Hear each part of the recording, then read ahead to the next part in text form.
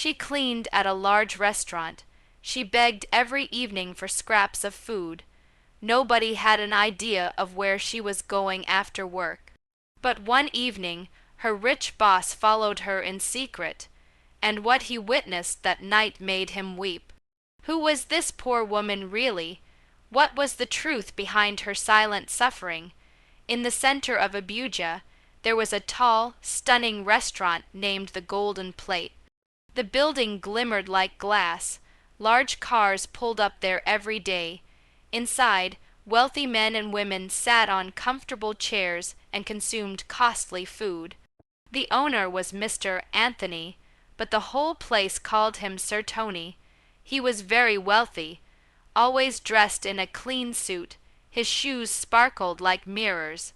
Every morning, when he entered the restaurant, the staff would stand and welcome him. "Good morning, sir," they'd greet. He'd nod and say softly, "Carry on." He didn't say much. He liked to watch quietly. Mr. Anthony drove a black SUV that seemed new. He had more than 50 employees, some in the kitchen, some serving food, and some who swept the floors. But in all this luxury, something unusual was going to take place. One evening, the restaurant had closed. The lights were out. Mr. Anthony came out of his office, appearing weary. He untied his tie and exhaled. As he pushed his car key, he saw a woman standing close to his SUV. Not very close, but close. She was in the brown and gold uniform of the restaurant. Her hands were folded and her eyes were cast down. Mr. Anthony hesitated. "Who is she?" he said aloud. There were just a few cleaners remaining. The woman stood motionless, as if waiting. He walked towards her slowly. "You're in the cleaning department, aren't you?" "Yes, sir," she answered softly. "My name is Grace." She did not look up. Her hands were folded as if afraid. "So why are you standing by my car?" he questioned. Grace bit her lip, then let out a small breath. "Please, sir," she asked, "may I request a favor?" Mr. Anthony expected her to request money or complain. But what she said caught him off guard. "May I take some leftover food home?" she asked. He blinked. "Just leftover food." Grace nodded. "Yes, sir, if there is any." There was silence. He saw her frayed shoes, her slumped posture, her gentle, meek voice. "Okay," he finally said. "Thank you, sir," she whispered, then turned and moved back into the kitchen.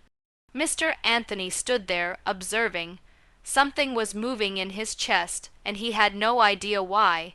He got into his car, but didn't turn the key. He slumped back and closed his eyes, but couldn't help thinking. Why would someone request only leftovers, not money, not a raise? He opened his eyes and gazed at the kitchen door. "I'll wait," he said to himself. About 10 minutes later, Grace stepped out carrying 2 small nylon bags. She held them close and walked quickly. Mr. Anthony started his car quietly and followed her from a distance. She walked fast, then boarded a small yellow bus. He followed. The ride was long, the streets rough and dimly lit. Eventually, the bus stopped. Grace got down and entered a small untarred road. He parked far away and followed on foot. She walked up to an old, broken building with cracked walls and shattered windows. He stood still, stunned. "This is her house," he whispered. Then the door creaked open. 2 little girls ran out barefoot, laughing. "Mommy," one shouted. "You came back," said the other. Grace dropped the bags and hugged them tightly. She bent down and kissed their foreheads. "I'm here, my darlings," she said. "I brought something for you." Mr. Anthony watched through a broken window. Grace opened the bag. 1 piece of chicken and some jollof rice. She divided it into 2 plates for the girls. They ate fast, their eyes bright. But Grace didn't eat. She just smiled at them. Mr. Anthony felt a sharp pain in his chest. She had only taken food for her children. He breathed, she didn't even eat. His hands shook. The girl who used to be in his eyes just a worker now made his heart heavy. He glanced at her shattered home, then at his polished shoes. He didn't feel wealthy anymore. He felt miserable. He left slowly that evening, but he couldn't sleep. All he could visualize was Grace, her daughters, and that solitary piece of chicken. The following day, Grace rose early, got her daughters ready for school, gave them the remaining portion of rice for breakfast, and escorted them to a small community school. She then reported to work as usual. She swept floors, cleaned tables, and even smiled. She never appeared tired, never requested anything more. Mr. Anthony sat in his office, lost in deep thought. He phoned the HR manager. "We need to do better," he said. "Some of our staff are suffering. Raise their pay. No one should go home hungry." "Yes, sir," the HR said. That morning, Grace cleaned as usual. Then, out of the blue, the head cook approached her. "The boss wants to see you." Grace's heart pounded. "Did I do something wrong?" she asked. The cook shrugged. "Just go." She went nervously to Mr. Anthony's office and knocked.